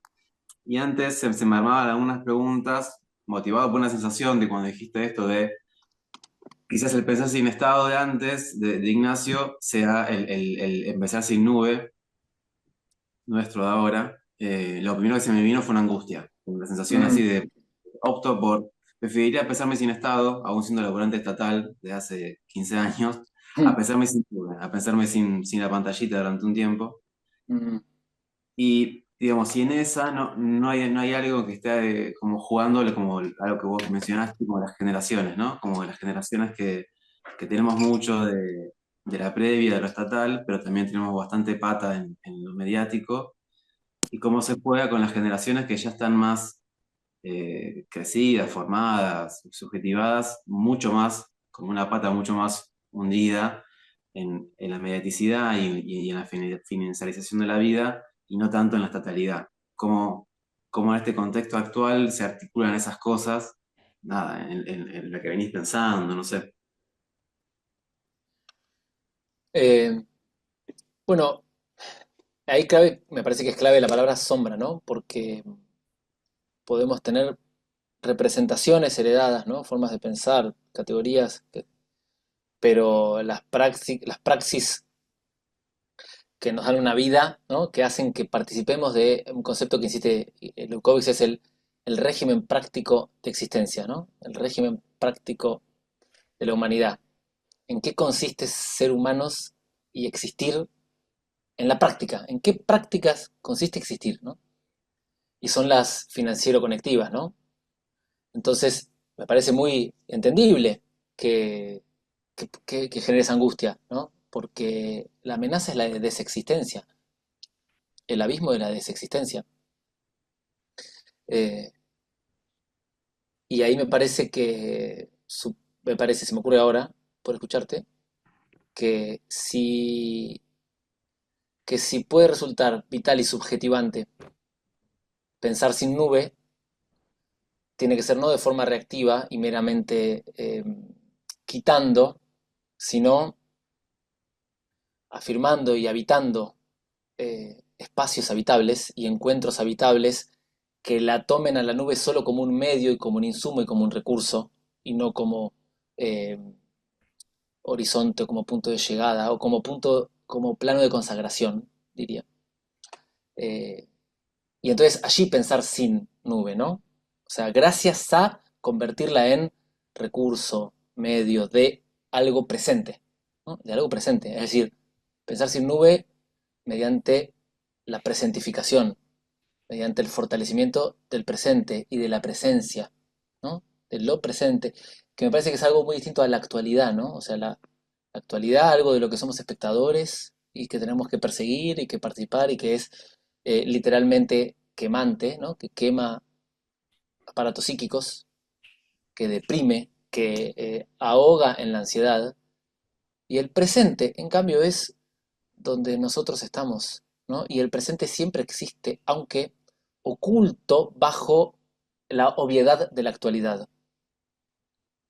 De hecho, incluso en actualidades más piolas, no vimos que en el presente se estaba gestando un sujeto consumidor mercantil que iba a querer que le digan que era un emprendedor o un sobreviviente, pero que dependía de sí mismo, y que los que reciben ayuda son unos vagos y que ta ta ta ta ta ta, ta, y que los millonarios son héroes, ¿no? Entonces ahí también hubo un presente que no vimos. Entonces me parece que quizás, me parece que está bueno esto de animarse también a poder cartografiar la catástrofe sin esperanza, pero tampoco pero también sin terror, ¿no? También sin terror. También sin terror. Porque la esperanza y el terror nos pasivizan, ¿no? Tanto la esperanza como el terror ponen o en el futuro o en otro toda fuente de poder, ¿no? Totalizan lo que hay. Me parece que Sun Tzu, ¿viste? Sun Tzu, el chino, el autor del arte de la guerra, dice en una parte, quien no puede ser fuerte, pero tampoco sabe ser débil, será derrotado. Y ahí a mí me parece que en tiempos calamitosos hay que saber ser débil. Quizás ahí la palabra debilidad hay que ver cuál es el término chino. Seguro que no es la debilidad nietzscheana, digamos, ¿no? No es el sentido nietzscheano de la debilidad, porque para Nietzsche la debilidad es la ausencia de fuerza. Y si Sun Tzu dice que hay un saber ser débil, es porque hay una fuerza en la debilidad. Que yo lo que creo es que es una fuerza en posición minoritaria, una fuerza que tiene que lidiar con fuerzas que de momento son más fuertes que ella, ¿no? Pero es muy distinto o sea, percibirse como una fuerza que de momento es menos fuerte que otras fuerzas adversas, ¿no? Que vivir la impotencia, ¿no? Que sentir una impotencia, que es que lo único que es fuerte es lo otro, y que entonces solo hay la calamidad, ¿no? Entonces poder encontrar cuáles son las fuerzas de nuestra posición de debilidad sin sucumbir al atajo a la salida fácil de la esperanza, ¿no? O de la promesa ilusoria, pero sin tampoco totalizar lo dominante, porque no es lo único que hay lo dominante. También estamos nosotros y podemos cosas. Al menos podemos acomodarnos para recibir los golpes, para que los golpes no nos hagan tanto daño, o para cómo caer si nos caemos, ¿no?